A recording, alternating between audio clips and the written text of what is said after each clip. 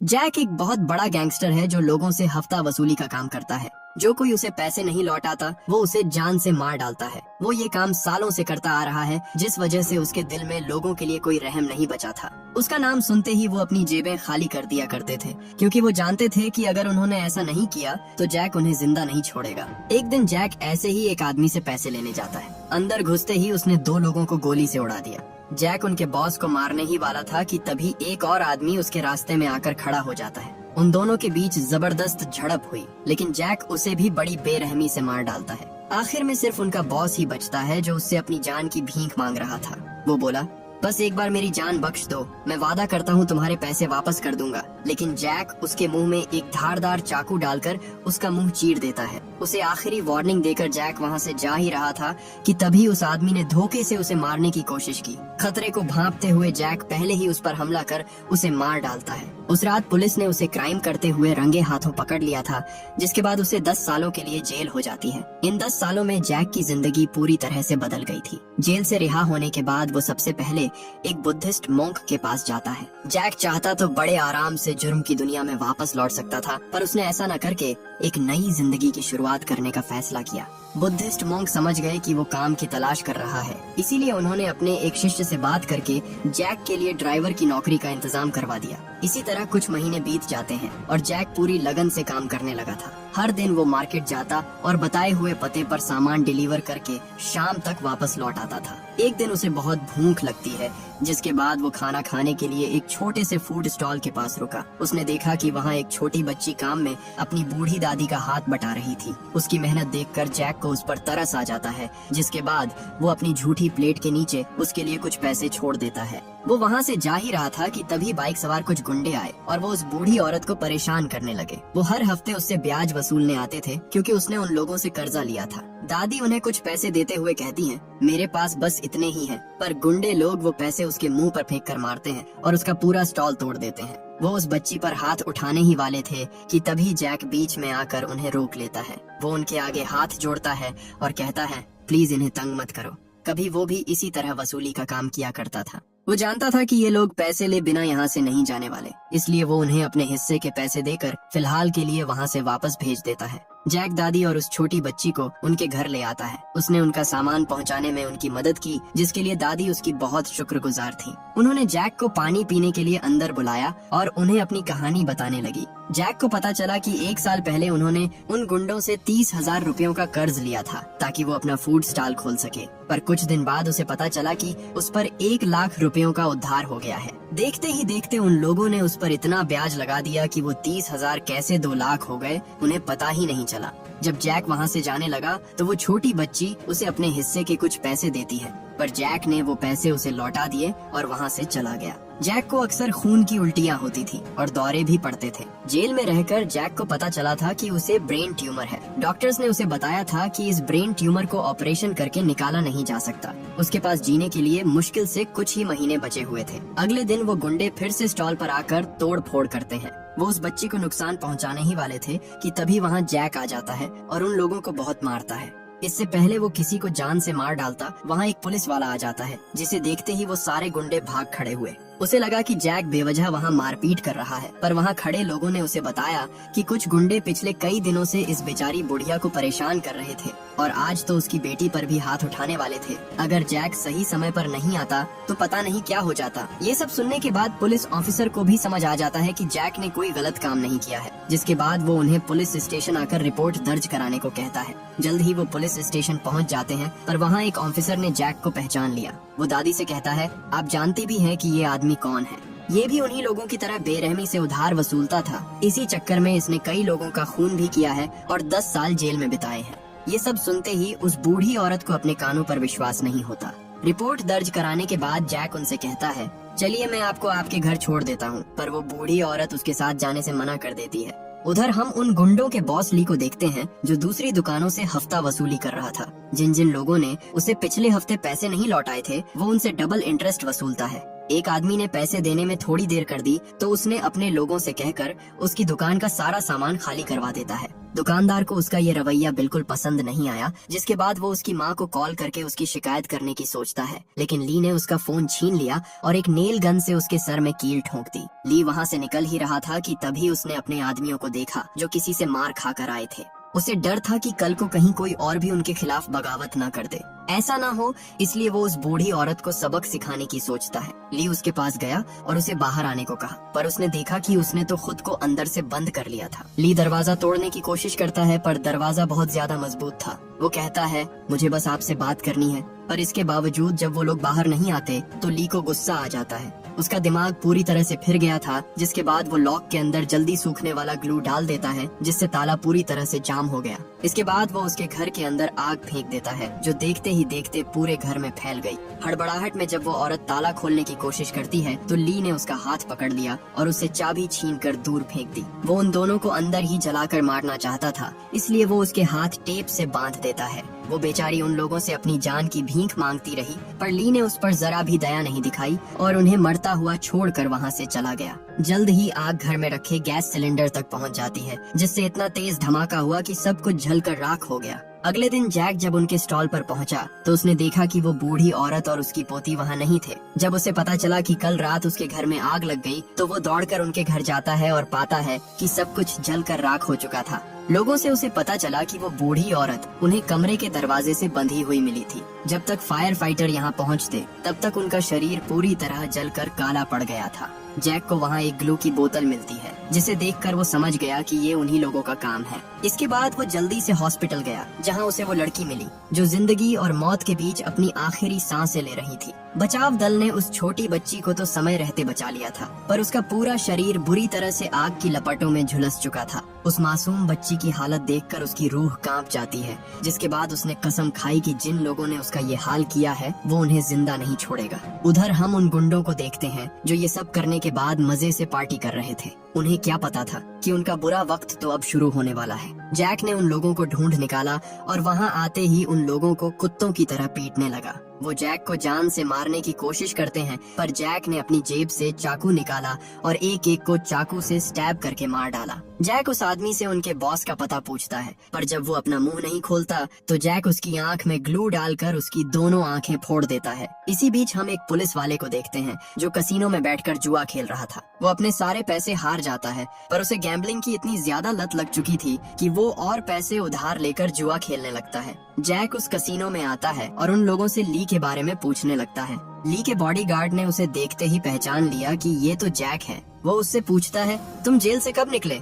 पर जैक फिलहाल किसी के सवाल का जवाब देने के मूड में नहीं था। जैसे ही ली उसके सामने आया, जैक ने तुरंत उस पर गोली चला दी, पर उसका बॉडीगार्ड बीच में आकर उसकी जान बचा लेता है। उसने जैक पर जवाबी हमला किया और देखते ही देखते वहाँ गोलियों की बारिश होने लगती है। मौका पाते ही जैक वहाँ से भाग खड़ा हुआ, पर वो पुलिस वाला जो बाहर खड़ा ये सब देख रहा था उसे भागते हुए देख लेता है। उसने उसका पीछा किया और जैक भी पकड़ा जाता है। ऑफिसर ने उसे अपना हाथ ऊपर करने को कहा, पर जैसे ही जैक ने अपना हाथ ऊपर किया, ऑफिसर की नजर उसके हाथ पर बने टैटू पर पड़ी। उसे देखते ही उसका ध्यान भटक जाता है, जिसका फायदा उठाकर जैक ने उसे ब्रिज से नीचे फेंक दिया। जैक वहाँ से भाग ही रहा था कि तभी ली का बॉडीगार्ड उसे पकड़कर बेहोश कर देता है। वो पुलिस ऑफिसर, जिसका नाम वोंग था, सिर्फ जैक के बारे में ही सोचता रहता है। पता चला कि वो दोनों बचपन में दोस्त हुआ करते थे। उन दोनों ने अपना पूरा बचपन एक ही अनाथ आश्रम में बिताया था। एक दिन कुछ बच्चे वोंग को परेशान कर रहे थे, जिसके बाद जैक ने उन बच्चों को बहुत पीटा था। एक को तो वो लगभग मार ही डालता अगर वोंग ने बीच में आकर उसे बचाया ना होता। इसके बाद जैक को स्कूल से निकाल दिया गया और दोनों के रास्ते अलग हो गए। वोंग ने अपनी पढ़ाई जारी रखी और एक पुलिस वाला बन गया। वहीं दूसरी तरफ जैक बड़ा होकर एक गुंडा मवाली बना। इसके बाद वोंग को एक सीक्रेट मीटिंग के लिए बुलाया जाता है। पता चला कि ली कोई छोटा मोटा गुंडा नहीं था, बल्कि वो यहाँ की सबसे बड़ी माफिया मैडम किम का बेटा था। मैडम किम सालों से इस शहर में गैर कानूनी काम कर रही थी, पर उनके पास उसके खिलाफ इतने सबूत नहीं थे कि वो उसे अरेस्ट कर सके। जब भी वो सीसीटीवी फुटेज को जब्त करने जाते हैं, सारी हार्ड डिस्क गायब हो जाती है, जैसे कि किसी ने पहले ही उन्हें हमारे आने की खबर दे दी हो। इस बार ये केस एक खास आदमी के हाथों में गया था। वो साफ कहता है, अगर उसे पता चला कि हमारा कोई ऑफिसर उनसे मिला हुआ है तो वो बचेगा नहीं। उधर जैक को जब होश आया तो वो खुद को एक आलीशान घर में पाता है। ली का बॉडीगार्ड बॉब उसे मैडम किम के पास ले गया, जो उसे देखकर बहुत खुश होती है। किम पूछती है, तुम जेल से कब छूट कर आए और आकर मुझसे मिले क्यों नहीं? पता चला कि जैक उनका सबसे खास आदमी था। 10 साल जेल में रहने के बावजूद उसने पुलिस को उसके बारे में कुछ नहीं बताया, जिसके लिए किम उसकी एहसानमंद थी। मैडम किम जानती थी कि उसके बेवकूफ बेटे ने जैक के किसी करीबी को जिंदा जलाकर मार डाला, पर वो चाहती थी कि जैक अपना गुस्सा थूक कर उसे माफ कर दे। वो वादा करती है कि वो ली को उसकी गलती का एहसास जरूर करवाएगी, पर जैक उसे इतनी आसानी से माफ नहीं करने वाला था। वो मैडम किम से कहता है, जिन्हें उसने मारा वो मेरे अपने से थे, मुझे उनसे लगाव हो गया और इसलिए मैं आपके बेटे को नहीं छोड़ने वाला। जब ली को पता चला कि उन्होंने उसे जिंदा जाने दिया तो वो अपनी माँ पर बहुत गुस्सा करता है, पर किम उसे समझाती है कि इस बार तुमने गलत आदमी से पंगा लिया है। जब वो छोटा था तो मेरे पास काम मांगने आया था और बड़ा होकर बहुत खतरनाक बन गया। उसकी नजर में बच्चों को चोट पहुंचाना बहुत बड़ा गुनाह है, इसलिए तुम्हारे लिए बेहतर यही होगा कि तुम कुछ वक्त के लिए देश छोड़कर चले जाओ। जब सब शांत हो जाएगा तो वापस चले आना। हमें ये भी पता चलता है कि 10 साल पहले उसने खुद पुलिस को सरेंडर किया था। उस दिन जब वो उस आदमी से पैसे वसूलने गया था तो उसने गलती से वहाँ खड़ी एक छोटी बच्ची पर गोली चला दी थी। वो खुद को उसकी मौत का जिम्मेदार मानता था, इसलिए वहाँ से भागने के बजाय वो तब तक खड़ा रहा जब तक पुलिस आकर उसे ले नहीं गई। अगले दिन ऑफिसर वांग ड्रोन की मदद से मैडम किम के घर पर आने जाने वाले लोगों पर जासूसी कर रहा था, पर तभी उसे इंटेल मिला कि जैक पास ही के एक चौराहे पर खड़ा है। वो नहीं चाहता था कि जैक किसी और के हाथों पकड़ा जाए, इसलिए वो खुद उसका पीछा करता है। उसने उसे गाड़ी रोककर साइड में लगाने को कहा, लेकिन जैक उसकी नहीं सुनता और स्पीड बढ़ाकर उससे आगे निकल जाता है। वो भाग ही रहा था कि तभी अचानक उसके सामने एक ट्रक आकर खड़ा हो जाता है, जिससे बचने के चक्कर में उसने इतनी जोर से ब्रेक्स मारे कि उसका एक्सीडेंट हो गया। वोंग देखता है कि वो अब भी भागने की कोशिश कर रहा था। वो उसका पीछा करता है और उसे बताता है, हम दोनों कभी दोस्त हुआ करते थे। वो उसे सरेंडर करने को कहता है, पर वो रुक ही नहीं रहा था, जिसके बाद उसे हवा में फायर करना पड़ता है। वोंग उसे समझाता है कि तुम सरेंडर कर दो, मैं सब संभाल लूंगा। पर तभी जैक को उस मरी हुई लड़की के विजन्स आने लगते हैं, जिसे देखते ही वो बेहोश हो जाता है। जब उसे होश आया तो वो खुद को दोबारा ली के घर में पाता है। पता चला कि वोंग ने उसे धोखा दिया, वो भी उनके लिए काम करता था। बॉब उसे ढेर सारे पैसे देता है, पर जब वो जा रहा था तो उन्होंने उसे भी पकड़ लिया। वो उन दोनों को बांध कर एक सुनसान जगह में ले जाते हैं, जिसके बाद उन्होंने उनके हाथ पैर बांधकर तालाब में फेंक दिया और उन्हें मरा हुआ समझकर वहाँ से चले गए। वो दोनों पानी में डूब रहे थे, लेकिन जैक अपने मुंह से वोंग की रस्सी काट देता है, जिसके बाद वोंग ने पानी की सतह पर पड़ा एक चाकू उठाया और खुद को आजाद कर लिया। वोंग जैक को पानी से बाहर निकाल लाता है और उसने जो किया उसके लिए जैक से माफी मांगता है। वोंग ने उसे बताया कि उसके ऊपर 4 मिलियन का कर्ज है, इसलिए मुझे मजबूरन ऐसा करना पड़ा, लेकिन जैक को लगा कि उसने उसे धोखा दिया है। वो वहाँ से जा ही रहा था कि तभी उसे फिर से दौरा पड़ा और वो बेहोश हो गया। छुपने के लिए कोई भी जगह सेफ नहीं थी, इसलिए वोंग उसे अपने घर ले आता है और उसे एक बार फिर समझाता है कि सरेंडर कर दो, तुम्हारी जान बच जाएगी। पर जैक उसे नहीं बताता कि उसे ब्रेन ट्यूमर है और उसकी गन लेकर वहाँ से चुपचाप चला जाता है। जैक सबकी नजरों से बचते हुए अपने गुरु के पास लौट आया। उसके गुरु उसे समझाते हैं कि अपने पुराने पापों को दोहराना बंद करो, हिंसा किसी भी समस्या का समाधान नहीं है। वो उसे मंदिर के पीछे बनी एक कुटिया में जाकर थोड़ा समय बिताने को कहते हैं। उन्हें उम्मीद थी कि ऊपर वाला उसे कोई रास्ता जरूर दिखाएगा। जैक जब उस कमरे में गया तो उसे एक बार फिर उस मरी हुई लड़की के विजन्स आने लगते हैं। उसी रात वोंग कमिश्नर को अपने घर बुलाता है। वो कमिश्नर को बता देता है कि मैडम किम को पुलिस की सारी खुफिया जानकारी देने वाला शख्स वो ही है। हालांकि ये जानने के बाद भी कमिश्नर उस पर कोई कार्यवाही नहीं करता, क्योंकि मैडम किम के लोगों ने उसे भी खरीदने की कोशिश की थी। वो बस इतना कहता है,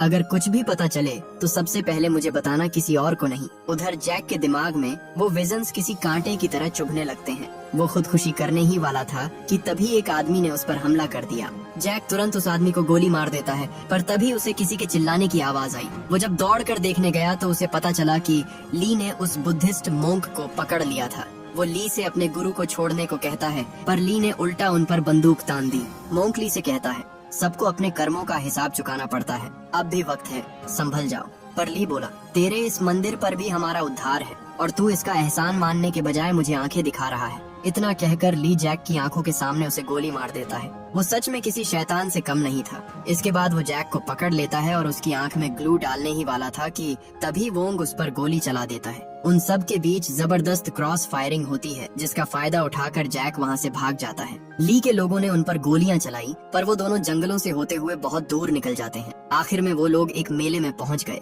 भीड़ का सहारा लेते हुए उन्होंने छुपने की कोशिश की, पर ली के लोग उन्हें ढूंढ निकालते हैं। उनसे बचने की कोशिश में में वो दोनों एक दूसरे से अलग हो जाते हैं। जैक उनसे बचता हुआ मौत के कुएं में पहुंच जाता है, जहां एक स्टंट मैन अपने स्टंट्स परफॉर्म कर रहा था। वहां से बचकर निकलने का कोई दूसरा तरीका नहीं था, जिसके बाद जैक ने वहां रखी एक मोटरसाइकिल उठाई और उस मौत के कुएं में गोल गोल घूमने लगा। आखिर में वो बाइक उस कुएं के बाहर कुदा देता है, जिससे वो उन लोगों से बच निकला। उधर हम वोंग को देखते हैं, जिसके पीछे ढेर सारे लोग पड़े हुए थे।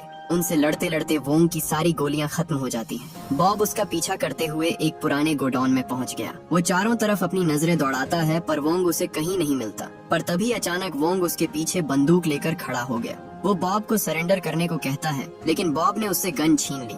वो चाहता तो उसे बड़ी आसानी से मार सकता था, लेकिन बॉब उसे तड़पा तड़पा कर मारना चाहता था। उसने अपनी जेब से चाकू निकालकर उस पर हमला कर दिया। बॉब उसे बहुत मारता है और पीट पीट कर अधमरा कर देता है। आखिर में वो उसे जान से मारने ही वाला था कि तभी जैक बीच में आकर उसे बचा लेता है। उन दोनों के बीच बहुत जबरदस्त हाथापाई होती है। जैक ने एक चाकू उठाकर बॉब के पेट में कई बार स्टैब किया, लेकिन बॉब को एक खास तरह की बीमारी थी, जिस वजह से वो दर्द को महसूस नहीं कर सकता था। इतनी गहरी चोट के बावजूद वो पलके तक नहीं झपकाता। आखिर में उसने वही चाकू उठाया और जैक पर हमला कर दिया। जैक अपनी पूरी ताकत से उसे रोकने की कोशिश करता है, पर उसकी पकड़ कमजोर पड़ रही थी। इससे पहले बॉब उसे मार डालता, वोंग ने एक कुल्हाड़ी उठाई और उससे उसका सर फाड़ दिया। दिमाग में चोट लगने की वजह से बॉब ब्रेन डेड हो जाता है, पर इसके बावजूद भी वो उन्हें मारने की कोशिश करता है, जिसके बाद जैक ने उसके गले पर वार कर उसे मौत के घाट उतार दिया। वो दोनों वहाँ से निकल ही रहे थे कि अचानक जैक की तबीयत खराब हो जाती है, जिसके बाद वोंग उसे हॉस्पिटल ले आया। वोंग नहीं चाहता था कि दोबारा उसे कोई चोट पहुंचाने की कोशिश करे, इसलिए वो पूरी रात उसके बगल में बैठा निगरानी देता रहता है। उसे उसके कमिश्नर का फोन आया, जो केस के सिलसिले में उससे अभी मिलना चाहते थे। वोंग जब उसके घर पहुंचा तो कमिश्नर उससे पूछता है, तुमने जैक की भागने में मदद क्यों की? जिसके बाद वोंग उसे सब सच सच बता देता है। वो कहता है, बचपन में हम दोनों एक ही अनाथ आश्रम में पले बड़े थे, लेकिन आगे चलकर वो एक गैंगस्टर बन गया और मैं एक पुलिस वाला। कमिश्नर को ये जानकर बड़ी हैरानी होती है। उसने पूछा, अभी वो कहाँ है? जिस पर वोंग उसे बताता है कि वो एक हॉस्पिटल में एडमिट है, लेकिन कमिश्नर ने जब उससे हॉस्पिटल का नाम पूछा तो उसे शक हो जाता है। इससे पहले वो कुछ समझ पाता, पीछे से दो लोग आकर उसे पकड़ लेते हैं। पता चला कि कमिश्नर भी मैडम किम के लिए काम करता था। उसने पास पड़ी एक पॉलीथिन उठाई और उसका गला घोंटने लगा। वो उसे बहुत टॉर्चर करता है, जिसके बाद वोंग ने उसे हॉस्पिटल का नाम बता दिया। कमिश्नर अपने कुछ भरोसेमंद लोगों को हॉस्पिटल में भेजता है और उन्हें ऑर्डर देता है, जैसे ही वो उन्हें दिखे उसे गोली मार देना। ऑफिसर्स हर एक वार्ड में जाकर ढूंढने लगते हैं, पर जैक उन्हें कहीं नहीं मिलता, क्योंकि वोंग ने उन्हें गलत जानकारी दी थी। जब कमिश्नर को पता चला कि वोंग ने उसे झूठ बोला है, तो उसे उस पर बहुत गुस्सा आता है। वो वोंग को मारने के लिए अपनी गन बाहर निकालता है, लेकिन तभी वोंग ने उससे वो गन छीन ली और उसके लोगों को मारकर कमिश्नर को अपनी कार की डिक्की में बंद कर दिया। उधर हम ली को देखते हैं, जो अपने सभी आदमियों को इकट्ठा करता है। उसने कहा, जो कोई भी जैक को मारेगा उसे वो 10 लाख रुपए देगा। शहर में उससे कई लोगों ने उधार लिया था, और जब उन्हें पता चला कि जैक को पकड़ने वाले का कर्जा माफ हो जाएगा, तो ये खबर पूरे शहर में आग की तरह फैल गई। अब हर कोई जैक की जान के पीछे हाथ धोकर पड़ चुका था। उधर हम जैक को देखते हैं, जो सबसे बचते हुए मैडम किम के घर पहुंच जाता है। सिर्फ वो ही जानती थी कि ली कहाँ छुपा हुआ है, जिसके बाद वो उसके सभी लोगों को मारते हुए उसे ढूंढ निकालता है। जैक देखता है कि किम बोरियां बिस्तर बांधकर वहाँ से भागने की फिराक में थी। वो मैडम किम के ड्राइवर को गोली मार देता है और उससे पूछता है, उसने ली को कहाँ छुपा रखा है। किम जैक से कहती है, मैं तुम्हारी माँ जैसी हूँ, प्लीज मुझे और मेरे बेटे को छोड़ दो, पर अब बहुत देर हो चुकी थी। जैक उससे उसका फोन छीन लेता है और उसे लॉक खोलने को कहता है, पर जब किम लॉक नहीं खोलती तो जैक उसके पैर पर गोली मार देता है। उसे थोड़ा टॉर्चर करने के बाद आखिरकार जैक को ली के ठिकाने का पता चल ही गया। किम जैक से अपनी जान की भीख मांगती है। जैक पर किम के बहुत एहसान थे, इसलिए वो किम को जिंदा छोड़ देता है। हालांकि उसका एहसान मानने के बजाय किम ने उसकी रहमदिली का गलत फायदा उठाया। वो धोखे से उसे मारने की कोशिश करती है, पर जैक उसके हमले से बच गया और वो एक नुकीले पोल पर गिर जाती है, जिससे उसकी मौत हो गई। इसके बाद जैक उसके बताए पते पर आता है। वो जैसे जैसे आगे बढ़ता गया, ढेर सारे लोग उसके पीछे पीछे चलने लगे। जल्द ही उन्होंने जैक को चारों ओर से घेर लिया और अब बचने का कोई रास्ता नहीं था। जैक समझ गया कि ये लोग क्या चाहते हैं, जिसके बाद उसने अपनी गन निकाली और उन लोगों पर तान दी। इससे पहले वो ट्रिगर दबाता एक आदमी उस पर हमला कर उसकी गन नीचे गिरा देता है, जिसके बाद सारे लोग उस पर एक साथ टूट पड़े। जैक अकेला उन सबसे फाइट करता है और सबको मार डालता है, लेकिन ये लड़ाई खत्म होने का नाम ही नहीं ले रही थी। वो एक को मारता तो उसके बदले 2 लोग आ जा रहे थे। उन लोगों ने जैक को पकड़ लिया और उसे बहुत मारा। जैक बुरी तरह घायल हो गया, पर वो किसी तरह खुद को छुड़ाने में कामयाब रहा। इसी बीच वहाँ वोंग भी पहुँच जाता है। जैक वहाँ से भाग ही रहा था कि तभी दो लोगों ने उसके रास्ते में टांग अड़ाकर उसे नीचे गिरा दिया। दोनों मिलकर उसे बहुत पीटते हैं, पर इससे पहले वो उसे जान से मार डालते वोंग सही वक्त पर पहुंचकर उन दोनों को गोली मार देता है। वो जैक को लेकर वहाँ से निकल ही रहा था कि एक बार फिर उन लोगों ने उसे घेर लिया। उन्हें रोकने के लिए वोंग हवा में गोली चलाता है, जिससे सब डर के मारे उससे दूर हट जाते हैं। पर तभी ली अपनी राइफल से उन सब लोगों पर अंधाधुंध फायरिंग करने लगता है। देखते ही देखते सब लोग वहाँ से भाग खड़े हुए, जिसके बाद आखिर में सिर्फ वो तीनों ही बचते हैं। जैक और वोंग उसकी ओर जा ही रहे थे कि तभी वोंग के पैर में गोली लग जाती है, जिस वजह से वो चल नहीं पाता। जैक हर हाल में ली को खत्म करना चाहता था, इसलिए वो अकेले ही आगे बढ़ने की सोचता है। बिल्डिंग में पहले से छुपकर बैठे कुछ लोगों ने उस पर फायरिंग कर दी, लेकिन जैक उन सब को खत्म करते हुए आगे बढ़ता रहता है। जब वो ऊपर पहुंचा तो उसने देखा कि ली वहाँ नहीं था। वो उसे हर जगह ढूंढता है। उसने बिल्डिंग का कोना कोना छान मारा, पर वो कहीं नहीं था। जैक को लगा कि ली यहाँ से भाग गया होगा, पर तभी उसकी नजर वहाँ बैठी एक लड़की पर पड़ी जो उसे हल्का सा इशारा करती है। जैक समझ गया कि वो यहीं कहीं छुपा हुआ है। हम देखते हैं कि ली कूड़े के ढेर के पीछे छुपा हुआ था। जैक ने उसे बाहर निकाला और उसे मारने ही वाला था कि तभी ली उसके पैरों में गिर जाता है। वो रोते गिड़गिड़ाते हुए उससे अपनी जान की भीख मांगता है। जैक को लगा कि उसे सच में अपनी गलती का पछतावा है, पर मौका मिलते ही ली ने उस पर हमला कर दिया। वो कई बार जैक के पेट में चाकू घोंप देता है, जिससे जैक बुरी तरह घायल हो गया। जैक हिम्मत करके दोबारा उठ खड़ा होता है, पर ली ने अपनी जान बचाने के लिए उस लड़की को अपनी ढाल बना लिया। ली उसकी गर्दन पर चाकू रखकर उसे बंदूक नीचे फेंकने को कहता है। जैक ने गन नीचे रख दी, पर ली ने जैसे ही उसकी तरफ हाथ बढ़ाया, जैक उस पर हमला कर देता है। दोनों के बीच जबरदस्त झड़प होती है, पर इस बार गन ली के हाथ लग गई, जिससे उसने जैक को शूट कर दिया। ली उसे बहुत मारता है और उसका भेजा उड़ाने ही वाला था कि तभी वो लड़की उस पर पानी का कटोरा फेंक कर मारती है। ली ने जैसे ही मारने के लिए अपनी गन को उसकी तरफ किया, जैक फौरन उसका हाथ पकड़कर उससे वो गन छीनने की कोशिश करता है। ली ने उसे मारने की कोशिश की, लेकिन जैक उसे उठाकर बिल्डिंग से नीचे फेंक देता है, जिससे उसकी मौत हो गई। जैक अपनी आखिरी सांसें ले रहा था, जिसके बाद वो लड़की उसके पास आकर बैठ जाती है। कुछ देर में वहाँ वोंग भी पहुँच जाता है, पर तब तक बहुत देर हो चुकी थी। बहुत ज्यादा खून बहने की वजह से जैक हमेशा के लिए इस दुनिया को अलविदा कह देता है। इसके कुछ महीने बाद हमें वोंग को नेशनल अवार्ड लेते हुए दिखाया जाता है, क्योंकि उसने अकेले ही एक लोकल क्राइम नेटवर्क का सफाया कर दिया था। पर अवार्ड लेते वक्त वोंग के चेहरे पर बिल्कुल भी खुशी नहीं थी। उसे लगता था कि उस जैसा बेईमान पुलिस ऑफिसर इस अवार्ड को डिजर्व नहीं करता, इसलिए वो उस अवार्ड को फेंक देता है। अपनी गलतियों का पश्चाताप करने के लिए वोंग उस बच्ची को गोद ले लेता है, जिसे जलाकर मारने की कोशिश की गई थी। आखिर में वो दोनों मिलकर जैक की अस्थियों को पानी में बहा देते हैं, और इसी के साथ ये मूवी यहीं खत्म हो जाती है।